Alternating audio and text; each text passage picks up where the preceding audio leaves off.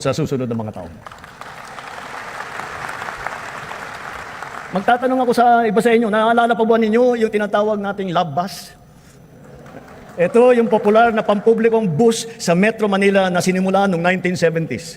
Ngayon, hindi lang natin ibabalik ang love bus, gagawin pa natin itong libre.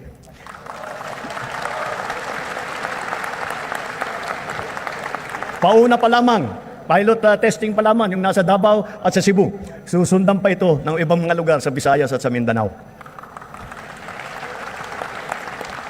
Bago matapos ang taon, magsisimula na ang Bataan-Cavite Interlink Bridge. Ang tulay na ito ay 32 kilometro ang haba na tumatawid ng Manila Bay. Sabit. Kung ang biyahe ngayon mula Mariveles hanggang Naik ay umaabot ng 5 oras, balang araw ito ay magiging 45 minuto na lamang.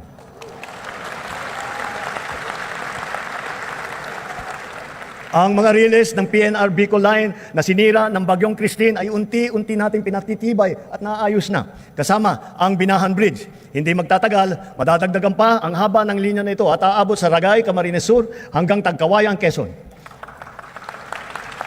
Magiging malaking tulong ito sa ating motoristang nagdadaan sa malubhang traffic mula Quezon hanggang sa Bicol. Sa 2026, inaasahang magbubukas na sa motorista ang bahagi ng extension ng SLEX mula Santa Tomas, Batangas hanggang Chaong, Quezon. Kapag natapos itong buong proyekto, ang dating 4 na oras na biyahe, magiging 1 oras na lang. Kaya inaatasan ko ang DOTR at DPWH na bantayang mabuti ang mga proyekto sa kahabaan ng Quezon patulak ng Bicol at tiyakin tama ang kalidad, matibay, at nasa takdang oras ang pagtatapos. Ang Nalil-Sikiat Bridge na una sa 3 mahalagang tulay na ginagawa ngayon sa Tawi-Tawi, nabuksan na. Sa susunod na taon, ang tulay sa Malasa, Lupang Pula ay matatapos na rin. Higit sa lahat, kung may Luzon Spine Expressway Network Program, meron din naman tayong Mindanao Transport Connectivity Improvement Project. Sa proyektong ito, aayusin natin ang mga pangunahing daan na nag-uugnay sa Cagayan de Oro, sa Davao, General Santos na may haba na 428 kilometro.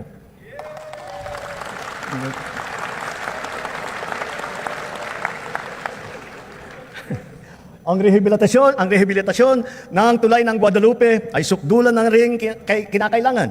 Nasa Senado pa ako, pinag-uusapan na ito. Hindi ko papayagan tumawid pa ito sa susunod na administrasyon. Kaligtasan na ng publiko ang nakataya. Hindi po isasara ang Guadalupe Bridge. Gagawa muna tayo ng detour bridge sa magkabilang gilid bilang pansamantalaang daanan. Kapag nagawa na at nabuksan na ang detour bridge na ito, doon pa lamang sisimulan ang trabaho sa main bridge. At sa kabila ng mga higanteng tulay na ito, huwag natin kaliligtaan ang mga hanging bridge sa iba't ibang lugar sa ating bansa. Mahalaga ang mga ito sa pang-araw-araw na buhay ng publiko, lalo na yung mga guro at ating mga estudyante. Ilan ang nababalitaan kong insidente na pagbagsak ng mga tulay na ganito. Halimbawa, yung nangyari sa Midsalip, Zamboanga del Sur at sa iba pang mga lugar. Kawawa naman ang mga kababayan natin walang kamalay-malay na nabiktima at nasasaktan. Napawang mga batang mag-aaral at kanilang mga guro.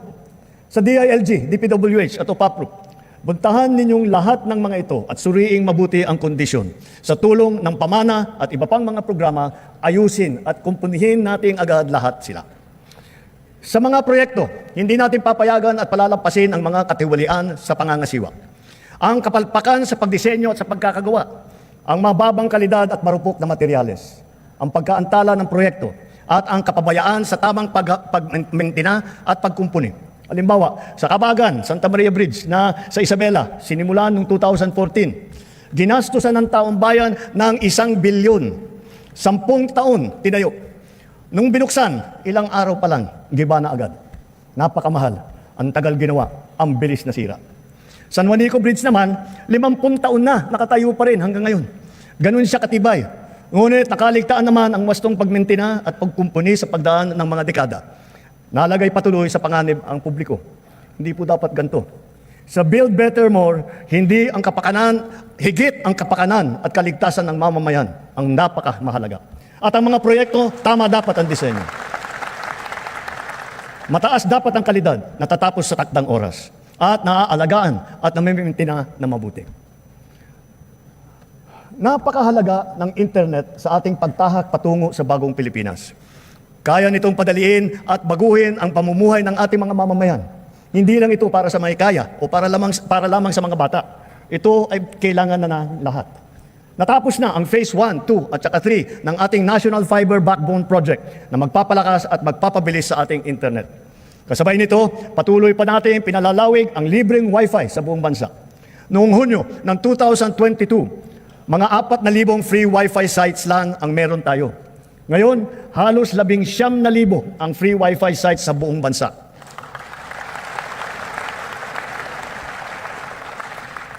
Ngayong taon din, nagsimula na tayong mamigay ng mahigit 1 milyon na SIM card na may libreng data para sa ating mga eskwelahan, lalo na sa mga nasa liblib na puok.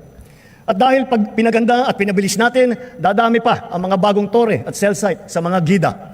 Ngunit kulang pa rin ang mga ito. Halos 12,000 pampublikong paaralan pa ang walang internet.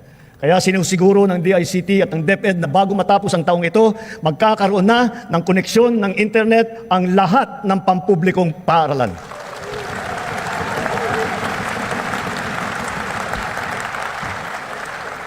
Mula nang inilunsad ito noong 2023, ang eGov app ay nagana, nagagamit at napapakinabangan ng ating taumbayan. Patuloy pang dumarami ang serbisyo tiyak na praktikal sa bawat Pilipino. Ngayon, mahigit 40 serbisyo ng pamahalaan kasama ng mga LGU ang nasa eGov app. Gamit ng app, maaari nang gawin at ayusin ang sari-saring mga serbisyo at proseso ng pamahalaan na dati ay pinipilahan pa natin ng ura-urada.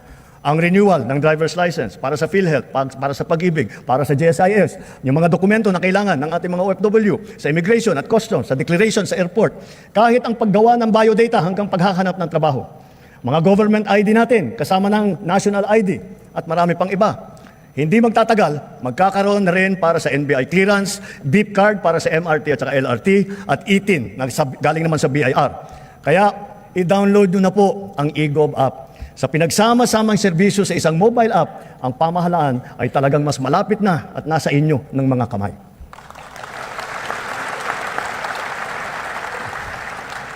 Sa LTO, alam kong tapos nyo ang paghahabol sa paggawa ng mga plaka ng motor na nabinbin mula pa noong 2014, 11 taon. Mula ngayon, gawin ninyo ang lahat na makakaya upang hindi na uli magkaroon ng backlog sa plaka. Dahil kailangan bumawi sa publiko, tiyakin din ninyo na may lalabas na ang rehistro at ang plaka ng bagong sasakyan sa loob ng naipangako ninyong 3 araw.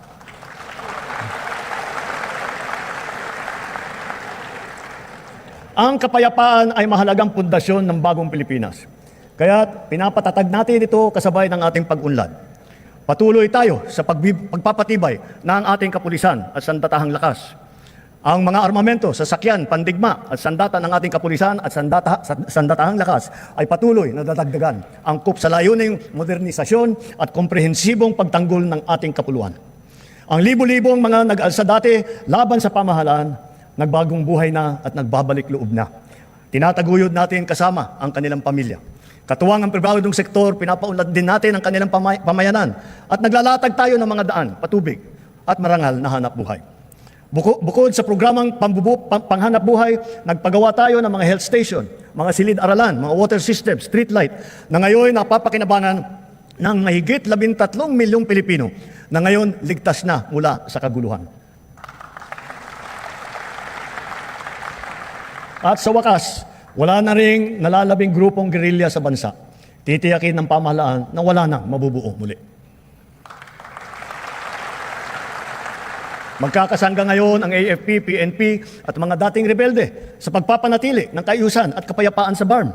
Kaya naman, ang lipunan natin ngayon ay mas mapayapa, mas mapangalaga rin sa karapatang pantao, anuman ang edad, kasarian, kondisyon o pangkat. Ngunit, kahit pa sinasabing bumababa ang antas ng krimen sa bansa, walang ibang magpapalubag ng pangamba at pagkabahala lalo na sa ating mga biktima mismo ng kriminalidad.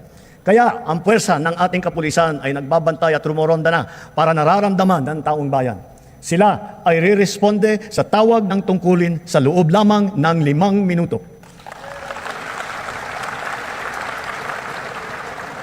Nagtutulungan ang buong pamahalaan para lutasin ang mga kaso ng mga nawawala dahil sa walang pakundangang kagagawan ng mga sindikato sa likod ng madilim na mundo.